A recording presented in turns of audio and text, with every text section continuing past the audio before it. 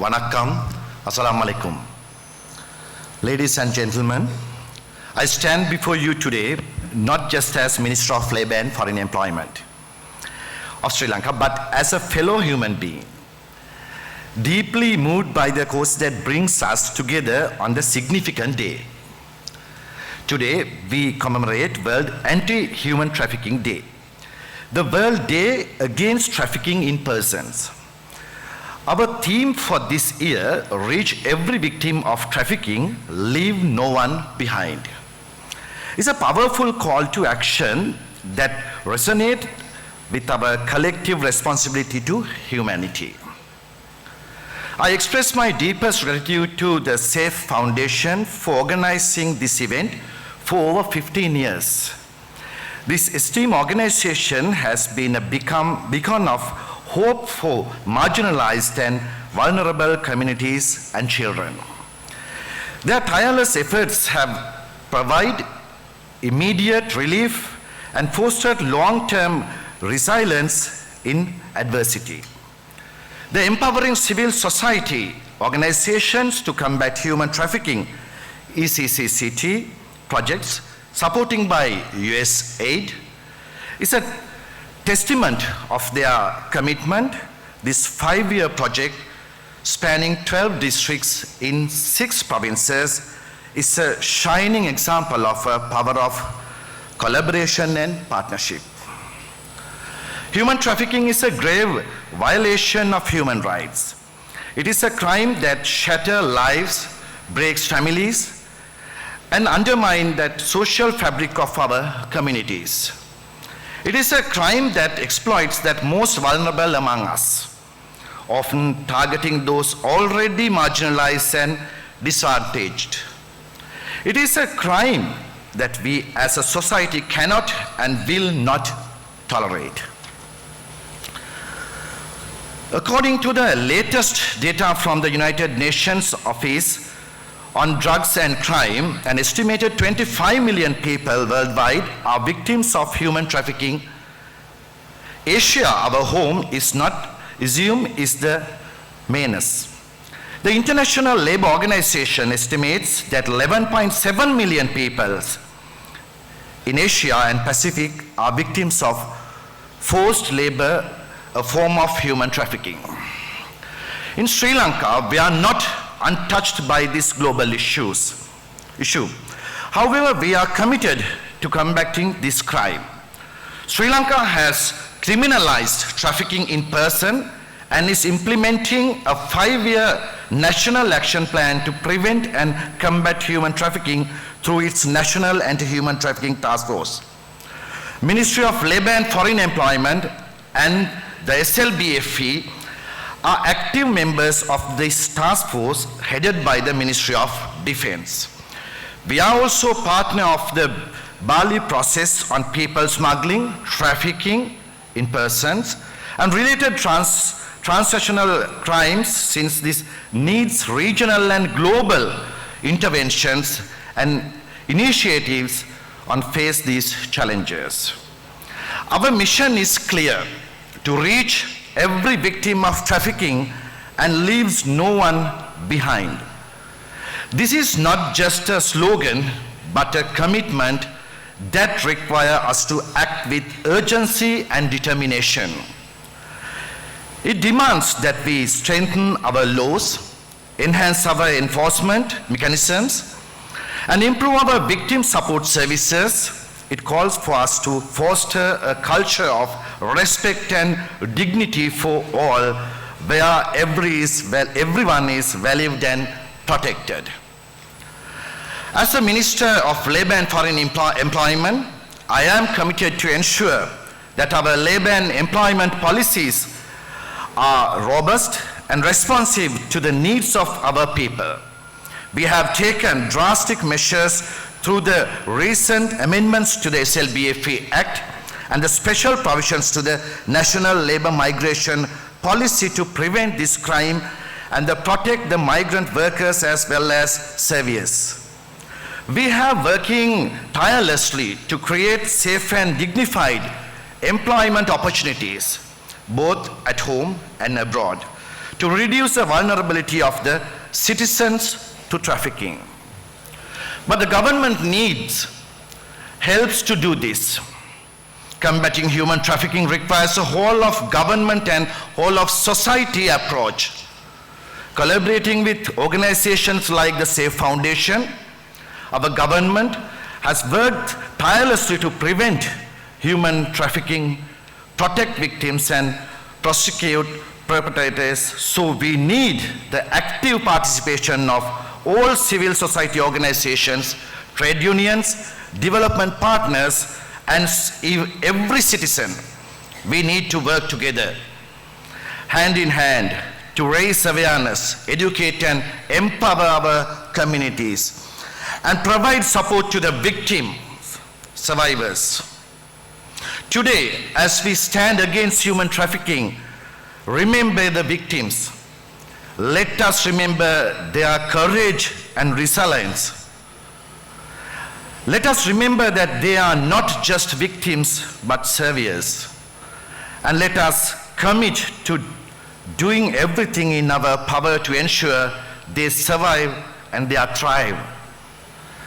In conclusion, I would like to reiterate our collective responsibility to reach every victim of trafficking and leave no one behind. Let us stand together, unite in our resolve to combat human trafficking. Let us work together with compassion and determination to create a world where every individual is free from exploitations and can live with dignity and respect. Thank you. ආදරෙන් අපි එක්වෙමු කියලා හදවතට දැනුණු වචන ටික. මේ මිනිස් වෙළඳාම නතර කරන්න මෙතන ඉන්න සභාවේ සියලු දෙනා බොහෝ සෙයින් වෙහෙසවද්දී රාජ්‍යයක් ඉදියට ගත හැකි සියලු ක්‍රියාමාර්ග ගනිද්දී අපි මේ වෙනුවෙන් පෙනී සිටින අපේ විශේෂයෙන්ම අපේ විශේෂ කාර්යසාධක බලකායට ඒ වගේම මේ වෙනුවෙන් පෙනී සිටින සියලුම දැනුවත් කිරීම වෙනුවෙන් කටයුතු කරන සේෆ් ෆවුන්ඩේෂන් ඇතුළු සියලු ආයතන වලට මම ස්තුතිවන්ත වෙනවා. අපි මෙවර ටිප් වාර්තාවේ trafficking in person වාර්තාවේ අපි ඒ ස්ථානය රැකගන්න අඩුම තරමේ ඉස්සෙල්ලා හිටපු තැන ඉඳලා අඩියක් ඉස්සරහට එන්න ආපස්සට නොයා අපිට මේ වගේ අමාරුම අවස්ථාවක ආරක්ෂා කරගන්න සහයෝගය දීපු සියලු ආයතන වලට අපේ ස්තුතිය පළ කරන්නත් මේ වෙලාවේ මම අවස්ථාවක් කරගන්නවා. ඒ වගේම මේ දැනුවත් වීම අපි හැමෝම එකතු වෙලා හැමෝම සිද්ධ කරනවා. නමුත් මේකෙදී අපි බලා මුහුණ දෙන අත්දැකීම් දෙකක් මම මෙතනදී ඔබත් සමග වෙදා හදා ගන්න තීන්දුව කළා. ගාල්ලේදී එක වෙලාවක මගේ නම විකුණලා සල්ලි එකතු කරන ජාවාරමක් මට අහු වෙනවා. මේට අවුරුදු ගණනාවකට ඉස්සෙල්ලා රට යවනවා කියලා. මම පැමිණිල්ලක් කරා මේක ගැන හොයා බලන්න අත්අඩංගුවට ගන්න කියලා. අපි අත්අඩංගුවටත් ගන්න උපාය දූතයන් යොදලත් වැඩ කටයුතු කළා. මේට අවුරුදු 6කට විතර ඉස්සෙල්ලා. ගිය මාස දෙකකට ඉස්සෙල්ලා මාව උසාවිය විසින් වරෙන්තු කළා. ඒ පැමිණිල්ලට අදාළව නිසි දිනේදී මට පැමිණිල්ලට යන්න බැරි වෙච්ච නිසා කට උත්තරයක් දෙන්න. මේ අධික රාජකාරී කටයුතු නිසා. පස්සේ මම ගිහිල්ලා වරෙන්තුව ඉවත් කරගෙන මගේ කට උත්තරේ දුන්නා. හැබැයි උසාවියේදී මගෙන් ප්‍රශ්න කරේ විත්තියේ නීතිඥවරයා මම පැමිණිල්ල දාපු එක වැරද්දක් විදියට මාගෙන් ප්‍රශ්න කරලා මේ පැමිණිල්ල තවදුරටත් මෙවැනි පැමිණිලි නොදැමීමට මාව විත්තියට හේතු කරන ආකාරයේ කටයුතු කෙරුණා. නමුත් එහෙම විත්තියට හේතු කරාට අපි මේ ගමන නතර කරන්නේ නැහැ කියන එකත් අපි කියනවා. එහෙම අපිව නතර කරන්න බෑ. ඒකයි අද වෙනකොට විදේශ සේවා නියුක්ති කාර්යාංශයේ දවසකට වැටලීම් ඉතාමත්ම විශාල සංඛ්‍යාවක් සිදු කරන ගමන් පොලිසියත් CID එකත් අපිට ඒ සහයෝගය ලබා දෙනවා. ඉතාමත්ම විශාල ප්‍රමාණයක් මේ සම්බන්ධ වෙන අය මේ ට්‍රැෆිකින් කරන අයව අත්අඩංගුවට ගන්න කටයුතු කරන්නේ. දෙක, ස්ටෙෆනි මේ කතාව දන්නවා. ස්ටෙෆනිගේ ගෙදර වැඩ කරපු කාන්තාවක් පිටරට යනවා.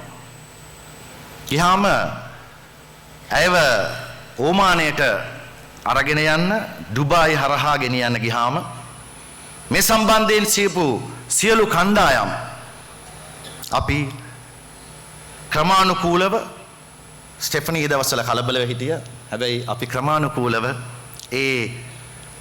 ඔහුගේ ගුවන් ගමන් තහනම් පනවලා ලංකාවට එනකොට අත්අඩංගුවට ගැනීම සියල්ල සූදානම් කරලා අපි ඒ කාන්තාවන් මේ රටට ගෙන ආවා වගේම ඒ පුද්ගලයා අපි අත්අඩංගුවට ගත්තා.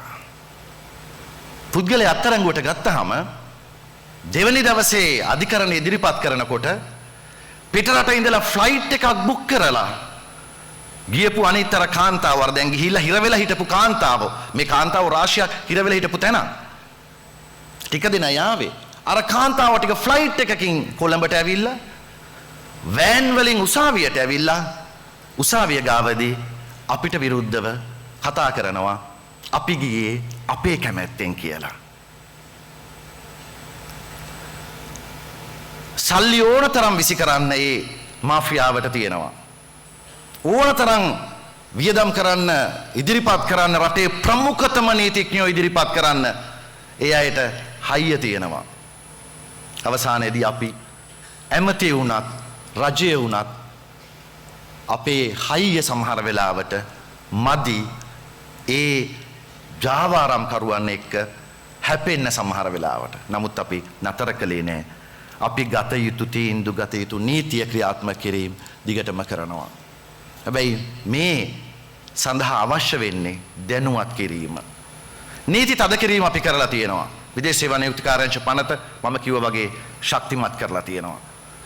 ගුවන් තොටුපළේ CID එකත් එක්ක එකතු වෙලා අපේ විශේෂ ඒකකයේ සමග එකතු වෙලා අපි අත්අඩංගුවට ගැනීම සහ පරීක්ෂා කිරීම සියල්ල සිද්ධ කරනවා. නමුත් පිටරට ගුවන් තොටුපළ හරහා යන නැව් මගින් යන බෝට්ටු මගින් යන සියලුම මිනිසුන් යන්නේ දැනුවත්ව අපි ට්‍රැෆිකින් වෙනවා කියලා දැනගෙන. එක්කෙනෙක්වත් නොදැනුවත්වම යන්නේ නැහැ. හැමෝම දන්නවා තමන් බොරු කියලා යන්නේ. මේක ට්‍රැෆිකින් කියන එක දන්නේ නැහැ. හැබැයි බොරුවක් කියලා යන්නේ කියලා දන්නවා. ගුවන් තොටුපළට ඇවිල්ලා කියන්නේ යන්නේ ඉන්දියාවේ වන්දනා ගමන. යන්නේ ඩුබායි වලට මේකප් බඩු ගේන්න. යන්නේ ඩුබායි වලට සැලූන් එකට. එහෙම කියලා පිටරට යන්න ගිහිල්ලා තමන්ගේ ජීවිතය අසරණ කරගන්නවා. පුංචි අම්මගේ දුව හම්බෙන්න යන්නේ කොයිතරම්නම් බොරු ටිකක් පාඩම් කරලා එවනවද. ගුවන් තොටුපළෙන් හම්බෙන සියලු දෙනා සහ නීති විරෝධීව ගිහිල්ලා අනාථ වෙන බහුතරයක් මේක දැනයි මේක සිද්ධ වෙන්නේ. එතකොට එහෙනම් දැනුවත් කරලත් හරිද? ඊට එහාට ගිහිල්ලා මේ සමාජයේ තියෙන මේ ප්‍රශ්නය විසඳන්නටත් අපි කටයුතු කරන්න ඕනේ. මොකද අපි අහුවෙන්න එපා කියලා විදේශ සේවා නියුක්ති කාර්යාංශය අපි කැම්පේන් එකක් පටන් ගත්තා. මිනිස්සුන්ට මේවට අහුවෙන්න එපා කියලා. අපි උතුරු නැගෙනහිර විශේෂයෙන්ම ටාගට් කරලා දෙමළ භාෂාව කතා කරන අය විශේෂයෙන්ම ටාගට් කරලා අහුවෙන්න එපා කියන එක අපි කිව්වා. දැන් අපි කියනවා සතුටින් රට යන්න. සතුටින් රට ගිහින් එන්න කියලා. ඇයි? මේ හිතේ සතුට gedara සතුට රැක ගන්න ඕන නිසා. අහුවෙන්න එපා කියලා කොච්චර කිව්වත් අහුවෙනවා. දැනමයි අහුවෙන්නේ. මං හැමතැනදීම කියන දේ මේ රටේ මිනිස්සු මෙතන විදේශිකයෝ හිටියත් කියනවා කැලණියේ නාග ධාතු වලට අහුවෙන කෑගල්ලේ පැණි වලට අහුවෙන මිනිස්සුයි තවමත් ඉන්නේ. ඒ නිසා අපි කොතරම් අහුවෙන්න එපා කියලා කිව්වත් මිනිස්සු හෙටටත් අහුවෙනවාමයි. ඒ නිසායි අධ්‍යාපනයේ වෙනසක් සිදු කළ යුතුම වෙන්නේ. මම මේ USAID ආයතනයේ ප්‍රධානිය සමග කතා කර හිටියේ. ඔහු ඇහුවේ මීළඟට රටේ වඩා වැදගත් ක්ෂේත්‍රයේ මොකක්ද වෙනස් කරන්න ඕනි අත දෙන්න ඕනි කියලා. මම එතුමට කිව්වේ මිනිසුන්ගේ මොළ වෙනස් කරන්න ඒ අයව විවෘත මනසින් හිතලා තීන්දු කරන්න, අධ්‍යාපනය වෙනස් කරන්න, ප්‍රයිමරි ලෙවල් එකේ ඉඳලම දරුවන්ගේ මනස වෙනස් කරන්න කටයුතු නොකර මේ මොන විදියට අපි අහුවෙන්න එපා කිව්වත් අහුවෙන, ඒ වගේම දියුණු කරන්න බැරි වෙන විදියටම මිනිස්සු කොටු ඇතුලේ ඉන්න තරමටම මේක සිද්ධ කරන්න බෑ. ඒ නිසා මිනිස් මනස වෙනස් කරන්න මම ඒ දවස්වල ඔලු හොදමු කියලා කිව්වහම හැමෝම hina වුණා. දැන් ඔලු හොදන්නටම අවශ්‍යයි මේ රට ගොඩ ගන්නට නම්. බොහොමත්ම ස්තුතියි හැම දිනාටම. Thank you very much.